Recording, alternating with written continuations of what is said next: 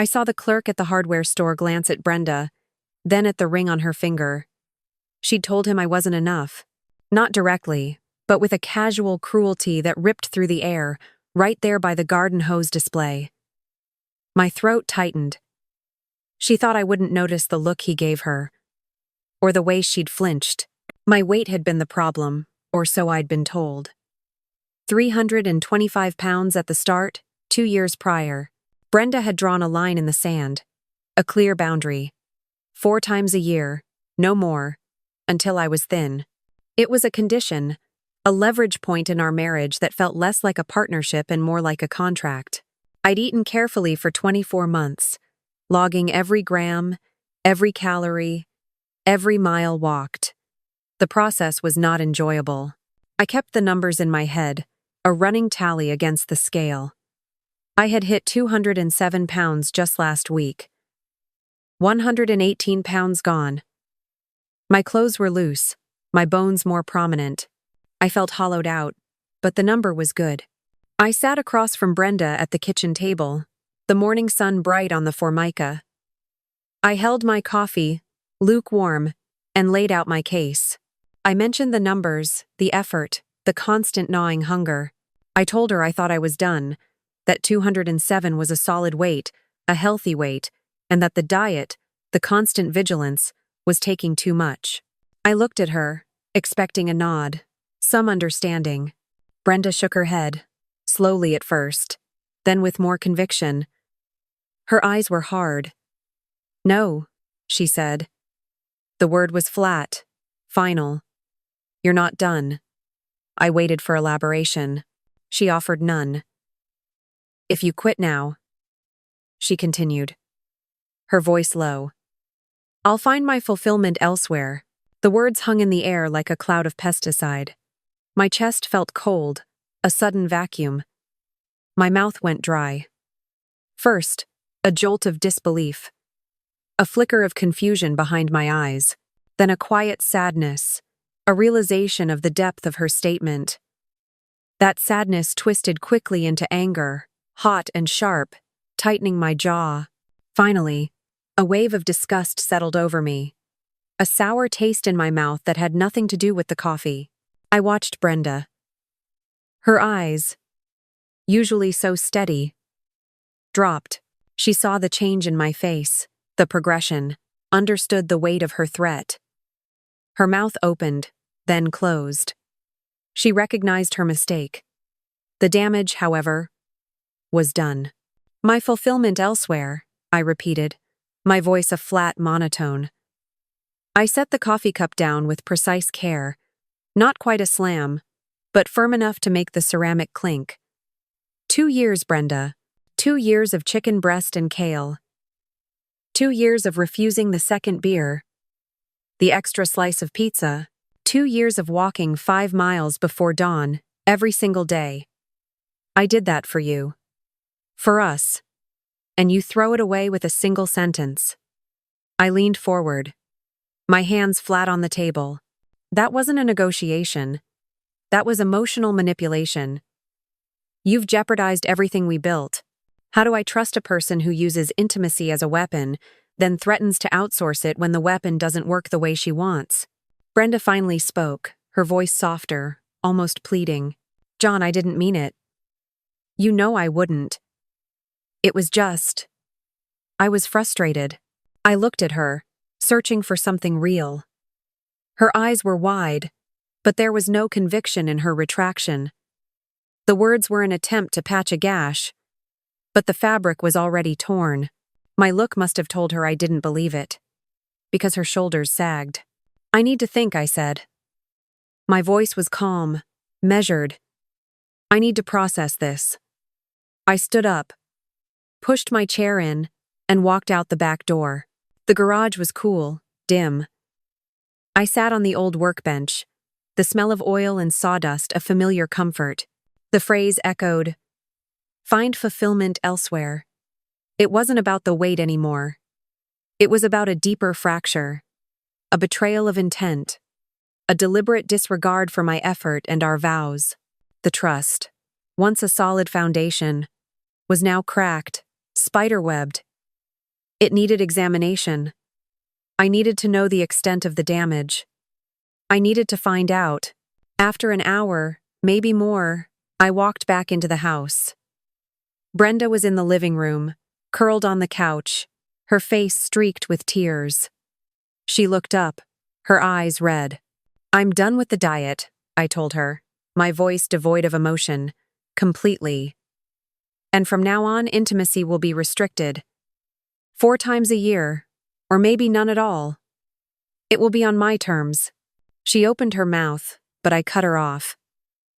"And if you ever seek fulfillment elsewhere, Brenda, there will be consequences, severe ones.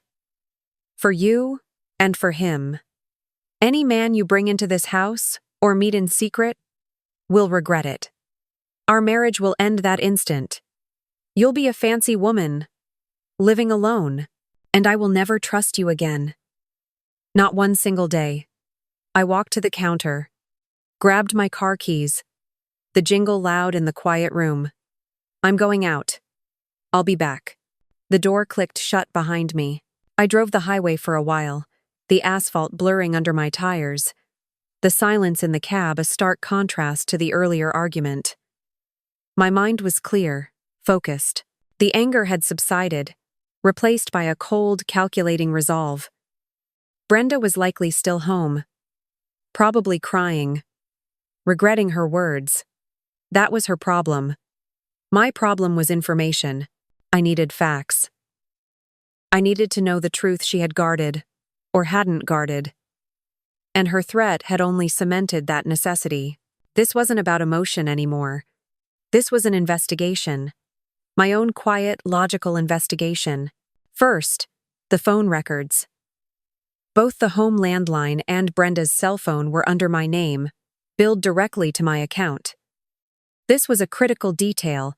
I pulled into the parking lot of the local landline provider, the brick building looking exactly as it always had. Inside, the air was cool, smelling faintly of stale coffee. I approached the counter. "I need 3 years of call data for my home line," I stated, presenting my driver's license and a recent bill. The clerk, a young woman with a polite but bored expression, looked at me. "That's a lot of data, sir," she said, her finger hovering over her keyboard. "Yes, it is," I confirmed. "I need it as far back as September 2008. That was when Brenda's rules had started, when the weight loss had become the currency of our intimacy." She typed for a moment, then looked up. "We can provide it electronically on a CD-ROM. There's a small processing fee." "That's fine," I said. It was efficient. She named the price, $12.50. I paid with exact change. The CD was handed over in a slim paper sleeve. I thanked her and left. The first piece of the puzzle was in my hand. Next, the cell phone company. Their store was in the strip mall down the road, all bright lights and display phones. A different kind of atmosphere. I waited in line, then explained my request to the sales associate. 3 years of call data for this number, I said, giving him Brenda's cell number, then my account details. He hesitated, a slight frown on his face. "Sir, for privacy reasons, we usually only release records directly to the user of the device." "I am the account holder," I reiterated, my voice steady, leaving no room for argument. "The primary. All lines are under my name. I have a right to this information." I showed him my driver's license again, then pulled up the account on my phone to display my primary holder status. He nodded, conceding the point. "Understood, sir. It's just a lot of data.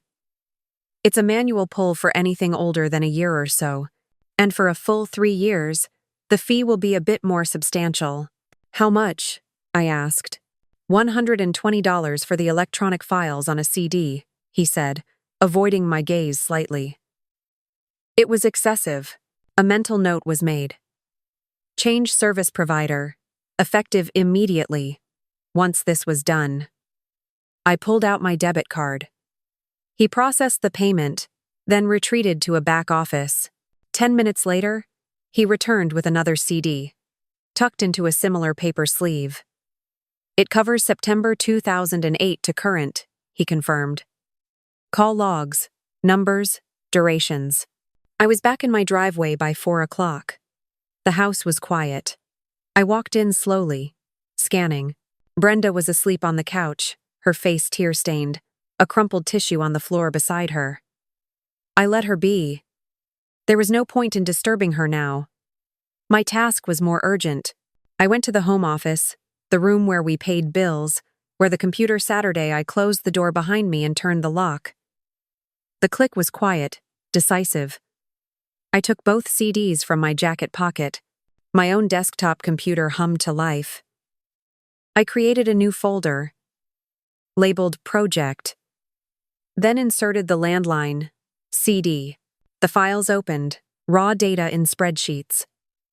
I moved them all into the folder, checking to ensure everything copied over correctly. Then the cell phone CD. Same process. The digital threads were now secured. My strategy was simple. Cross. Reference.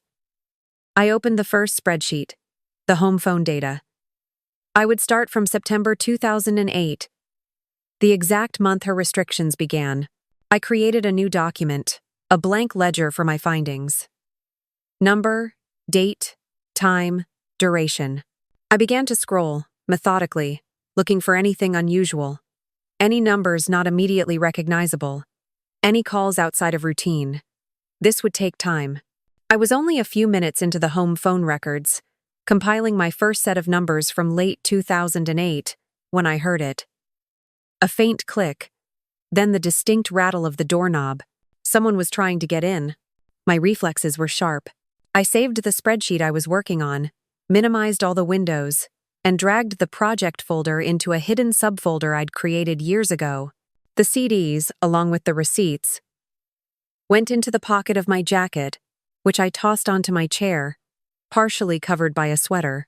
I logged off the computer, the screen going dark just as the doorknob rattled again, more insistently this time. I walked to the door and unlocked it.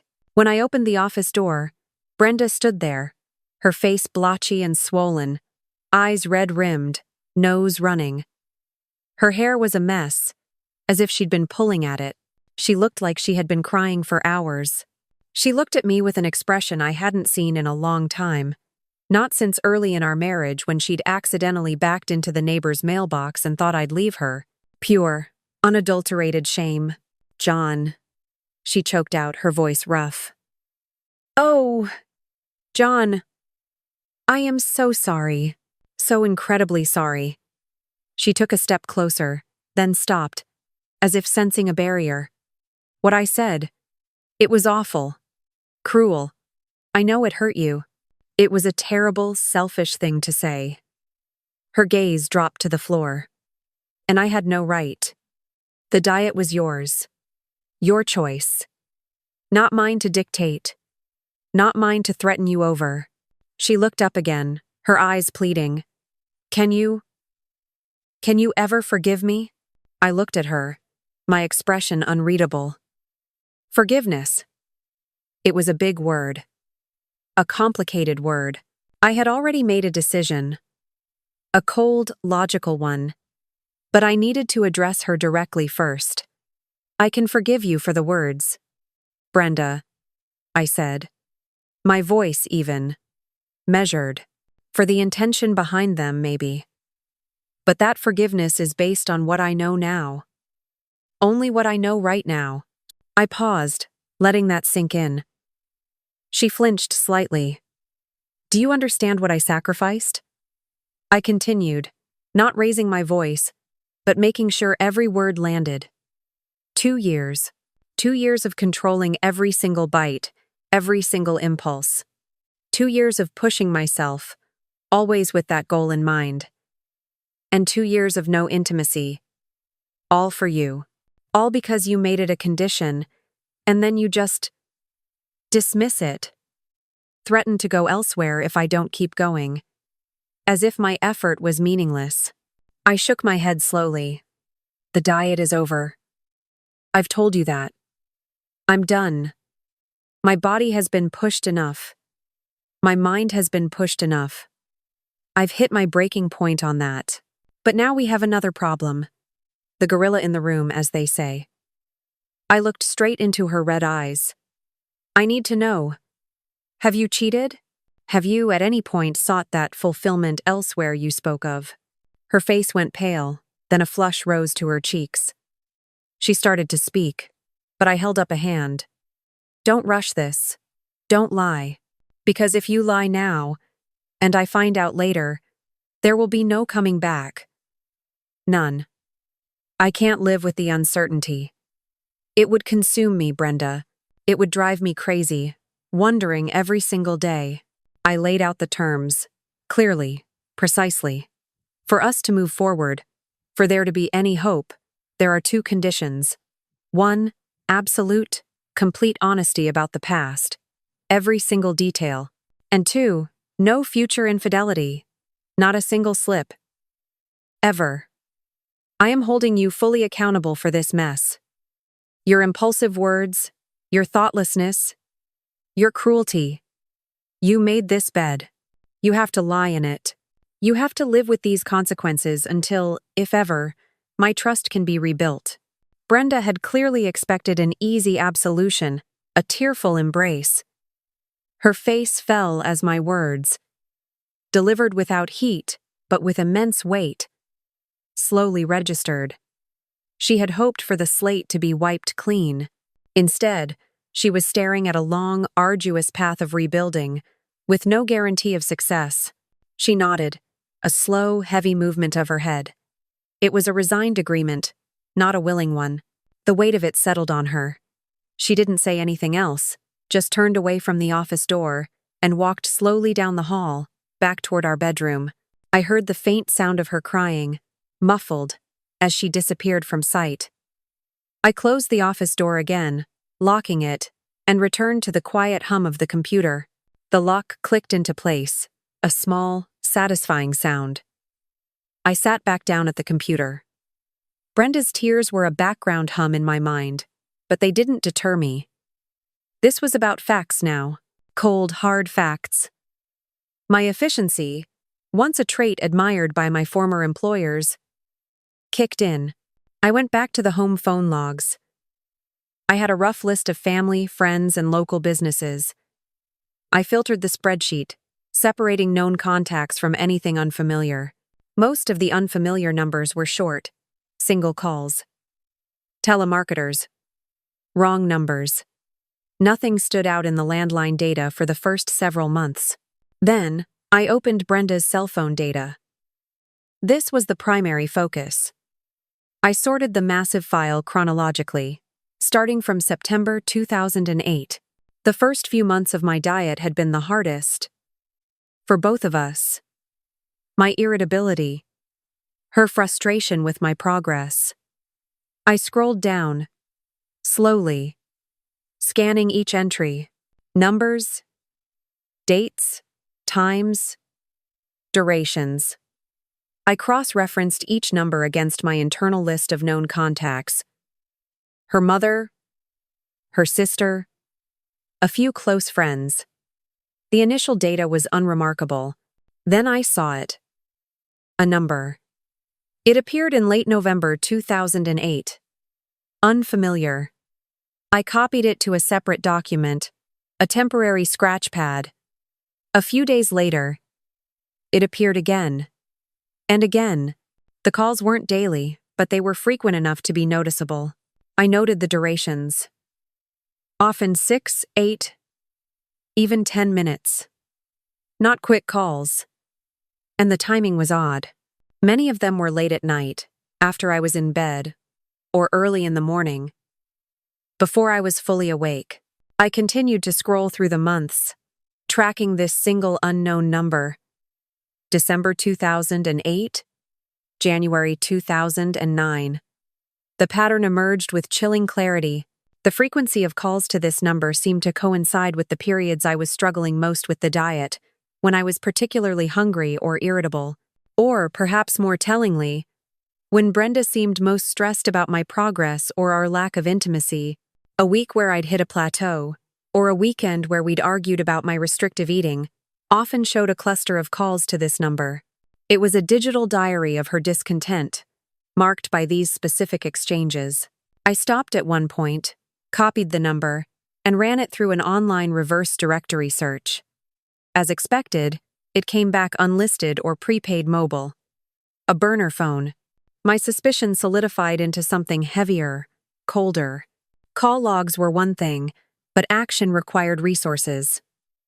I minimized the spreadsheets and opened a new browser tab. I pulled up our joint credit card statements for the past 2 years, month by month. I scanned for anything unusual, any charges that didn't fit Brenda's typical spending habits. She was predictable in her purchases. Groceries, household items, clothes from a few specific stores. Mid-2009. I found it. Small, consistent charges. A coffee shop. Java Jolt. But not the Java Jolt near our house, or near her office. This one was in the next town over, a good 20-minute drive, on the opposite side of the highway from her usual routes. $5, $6.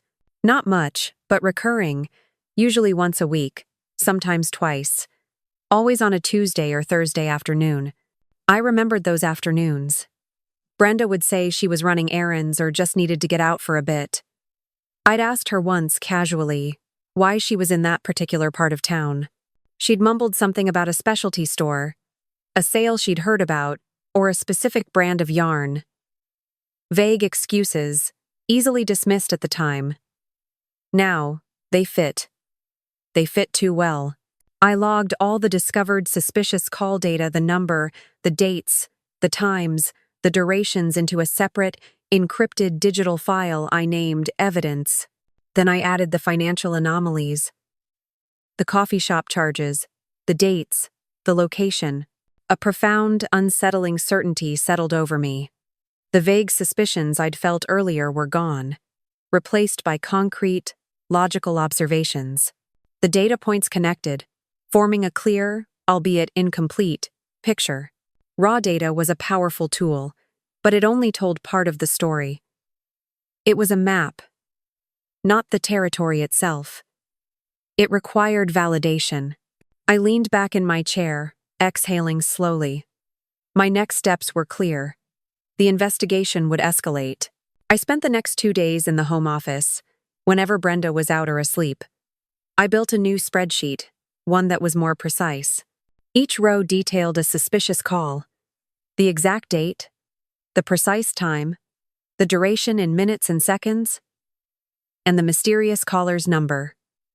I began to cross-reference this data with my own memory. Where was I during these calls?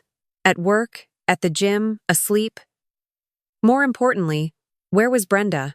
I had a good memory for details. I recalled her errands, her coffee with friends, her late meetings. Many of the longer calls, particularly those at unusual hours, coincided with times Brenda was either out of the house for an unspecified duration or when I was genuinely preoccupied. I noted several instances where a significant call to the unknown number occurred on a day Brenda claimed she was at a specific craft store or a social gathering I wasn't invited to. The puzzle pieces were starting to form a picture, but the outlines were still blurry. I tried to access Brenda's digital calendar on her tablet, which she often left unlocked. Her text messages, too. I didn't get far. Passwords. She had added new security measures sometime in the last year, a detail I hadn't noticed or considered until now. Another piece of the puzzle, small but significant. My observation of Brenda intensified. I didn't confront her, not directly. Instead, I watched. Her phone was always close, face down. She'd text more frequently than before, often with a quick, almost secretive glance at the screen. Her voice was softer when she was on the phone, sometimes disappearing into another room. She'd started coming home late a few times a week. A casual traffic was bad or ran into so-and-so offered without much eye contact. These behaviors, once minor quirks, now appeared as telltale signs, each one fueling the quiet hum of my investigation. I began to pose questions. Casual ones. At first, What did you do on Tuesday afternoon last week? Or, did you find that new yarn store you were looking for? The one by the old mill? I'd pick dates and times that directly correlated with a long call or a coffee shop charge. Brenda's responses were immediate but vague. Oh, just running around. Or I didn't get to that one. Ended up somewhere else. Her tone would become slightly defensive, a little sharper than usual. The inconsistencies piled up. It became clear that my data, while compelling, was still circumstantial. I had patterns, suspicious activities, vague answers. But I didn't have proof. I needed human eyes, direct observation. I made the detached decision that professional assistance was now essential. My investigation needed to move from digital reconnaissance to physical surveillance. I started researching private investigators online, specifically looking for someone in our area known for discretion and thoroughness. Names came up, reviews were read. Gary Peterson stood out. His website emphasized a methodical approach, attention to detail, and a commitment to client privacy. These were the traits I valued. I found his contact information and called, requesting a confidential meeting. We met the next afternoon at a nondescript diner on the edge of town, far from any place Brenda or I frequented. Gary Peterson was a man in his late 50s, quiet, with observant eyes behind wire-rimmed glasses. He listened more than he spoke, nodding occasionally. I laid out my compiled data on the table, the spreadsheets, the unknown number, the coffee shop charges, the dates, the times. I maintained a clinical demeanor, recounting the facts, the progression of my observations, and the erosion of trust. I presented it like a case study, not a personal tragedy. I need to know if my wife is being unfaithful, I concluded. And I need evidence, indisputable evidence. Gary took a long sip of his coffee. You've done a lot of the legwork yourself, Mr. Miller. That'll save time and money. He then outlined his services, the surveillance options, and the associated costs. It was not cheap. He spoke of GPS trackers, covert photography, following her vehicle. Each option had a price. Start with the surveillance, I instructed, my voice firm. Focus on these dates, these times, these locations. I pointed to the specific entries on my spreadsheet. The coffee shop charges, the long evening calls. Prioritize those. See where she goes, who she meets. Gary nodded, making notes in a small pad. Consider it done, Mr. Miller. I paid the initial retainer, the money leaving my account without a ripple of emotion. This was an investment, a necessary expenditure to uncover the truth. Sometimes in life, we find ourselves at crossroads, where the path forward is shrouded in doubt and suspicion. The choices we make in those moments, the lengths we go to seek clarity, can define the entire landscape of our future. Stick around to the end to see how life's costly choices unfold. The first email from Gary Peterson arrived 3 days after our meeting. It was concise, factual, and devoid of emotion. Exactly what I had paid for. The subject line read, Surveillance Update 1. I opened it. The report detailed Brenda's activities on a Tuesday afternoon. She had, as predicted, driven to the Java Jolt in the next town. She met a man there. They sat for almost an hour and a half. A second update followed a day later. Another meeting at the same coffee shop, on a Thursday. This time, there were photographs attached. My breath didn't catch. My heart didn't race. There was only a chilling, detached clarity as I looked at the images. Brenda sitting across from a man, his back partially to the camera in the first shot. They were leaning in, talking. Laughter, caught in a still frame. The next photo, a better angle, showed his face. Robert Carlson. I recognized him. A contractor, built a few houses in the area, usually saw him at town hall meetings or the occasional fundraiser. Vaguely familiar. The photographs continued, each one a nail in the coffin of my marriage. Brenda and Robert, hands clasped across the small coffee table, their fingers intertwined.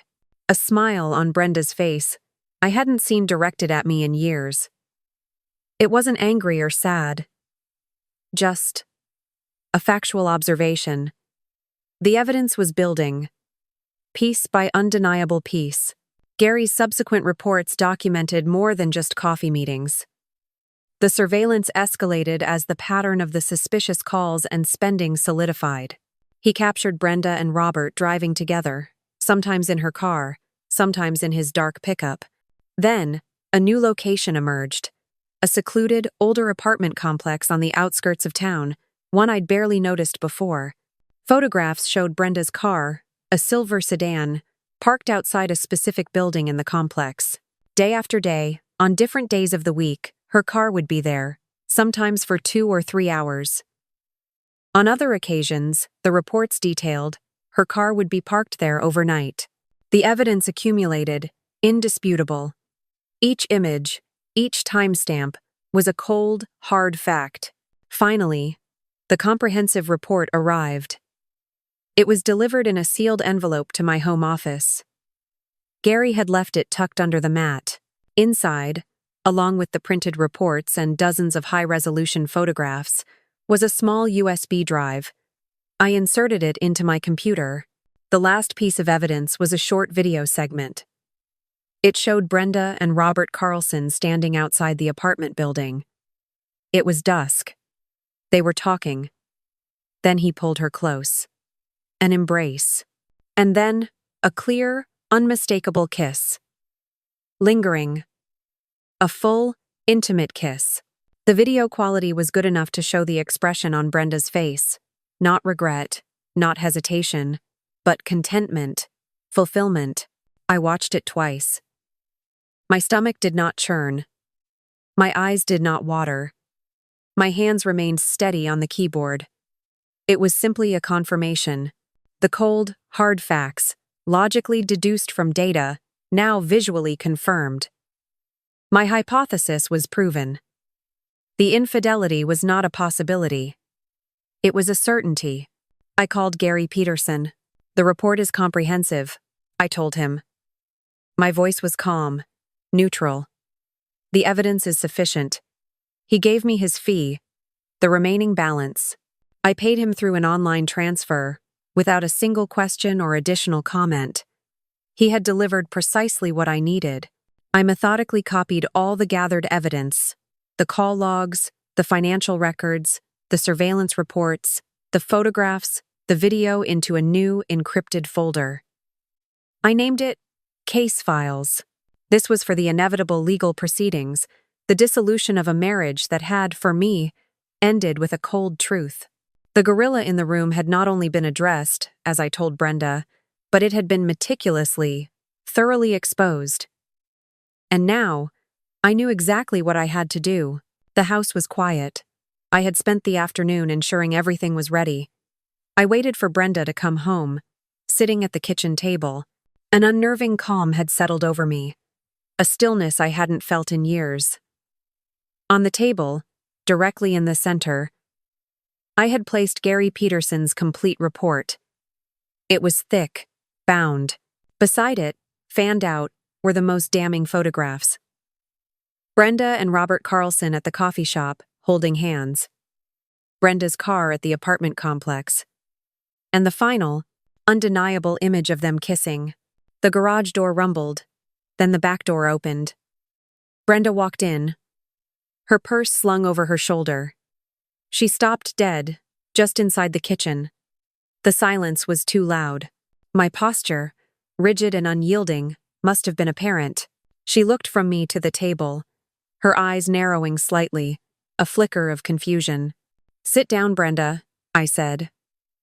My voice was flat, devoid of any discernible emotion. It wasn't a request. She hesitated, then slowly pulled out a chair and sat, her gaze fixed on the table. Her eyes moved from the report to the photographs, and then back to me. The color drained from her face, leaving her skin a pale, sickly white. Her eyes widened, first in disbelief, then with a dawning, terrible fear. She knew. "John, what is this?" she whispered, her voice barely audible. "What have you done?" She reached for a photograph, her hand trembling.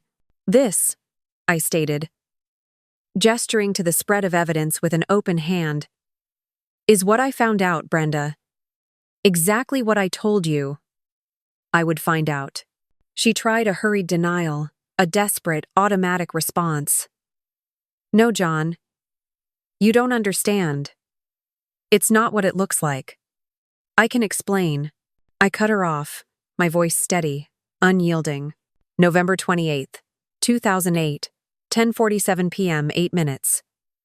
Java Jolt, March 10th, 2009, 2:15 p.m., $6.75.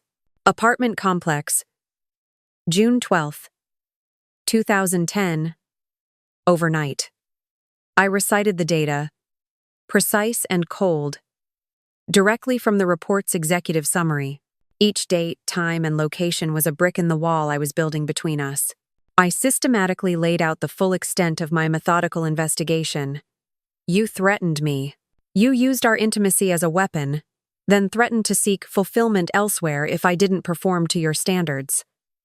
That day, I told you I needed to find out the truth. And I did. I walked her through it, step by meticulous step. The call logs, your cell phone, specifically. The unknown number, recurring. Always at odd hours. The frequency increasing when I was struggling with the diet, or when you were particularly stressed. Then, the credit card statements. The coffee shop in the next town, far from your usual routes. The vague excuses you gave me for being there. My gaze remained fixed on hers. And finally, when your lies and evasions became too much, I hired a private investigator, Gary Peterson. He confirmed everything. He followed you. He watched you. He photographed you.